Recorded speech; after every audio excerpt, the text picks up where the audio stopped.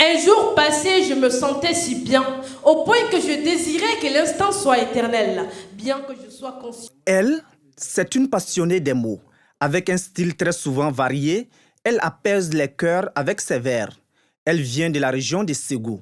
Le 11 octobre 2021, cette slameuse a été désignée comme la championne nationale du slam au Mali à travers la compétition Massa Slam, une initiative du groupe Agoratoire.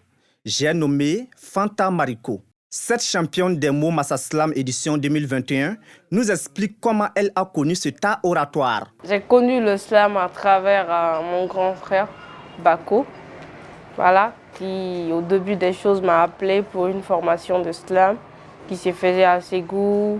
Donc j'ai participé, j'ai pris part à cette formation. Mais le plus bizarre, c'est que ce n'était pas dans le but de devenir slameuse. Mais avant la fin de la formation, voilà, je dirais que je me suis un peu convertie. J'ai été séduite par cet art qui est le slam, donc, et voilà où j'en suis aujourd'hui.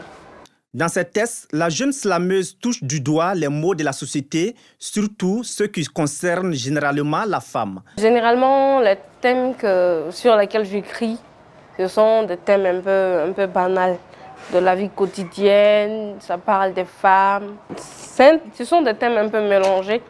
Des fois, comme je l'ai dit, c'est la vie, soit c'est la femme. Et là, c'est en général les jeunes filles, les vieilles femmes, les mamans et tout ça, la famille.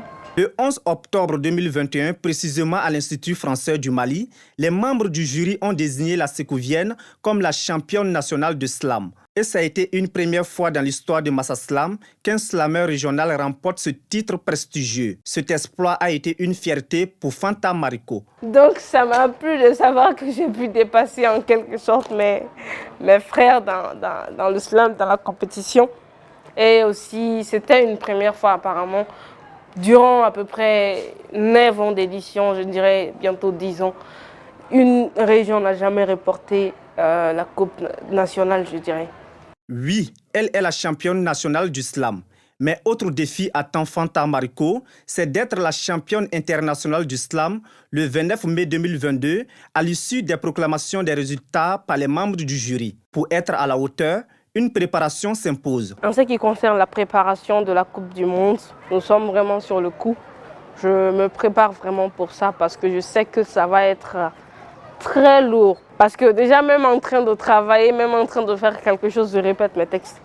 Il n'y a pas vraiment de temps propice, disons que je vais attendre à ce moment ou bien à 7 heures, je vais le faire. Mais généralement, c'est du matin vers 8 heures comme ça. Des fois, je m'éloigne des gens. Et jusqu'à 14h ou 15h, je prends une pause. Donc, vers 16h, je recommence jusqu'à peu près 19h ou 20h. Pour Aïcha Diara, Fanta Mariko est suffisamment aguerrie dans le domaine du slam. Et elle adore le style de la jeune slameuse. Je dirais qu'elle est une merveilleuse slameuse. Plus déjà, vu le style qu'elle a, c'est tout personnel. Elle a un style très personnel d'ailleurs. Hormis cela aussi, son titre de championne aussi, ça l'aide à perfectionner aussi beaucoup de choses à net.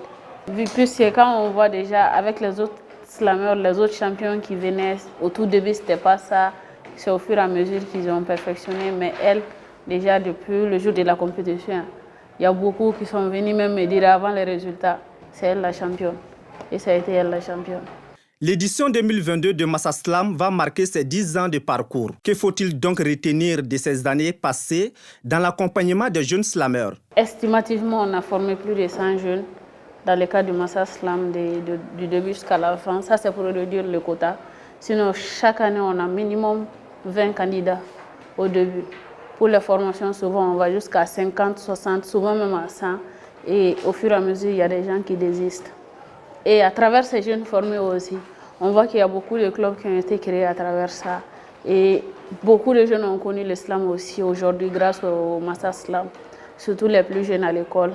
Quand on parle de Massa Slam Fitini, ça, ce n'est qu'un bilan positif à notre niveau. Toutefois, la directrice exécutive du groupe Agoratoire invite tous les Maliens à soutenir leur championne. À tous les Maliens, à tous les slameurs du monde, de soutenir Fanta Mariko pour sa compétition mondiale. Et on espère que les 2 autres années, c'était en demi-finale, on s'est arrêté.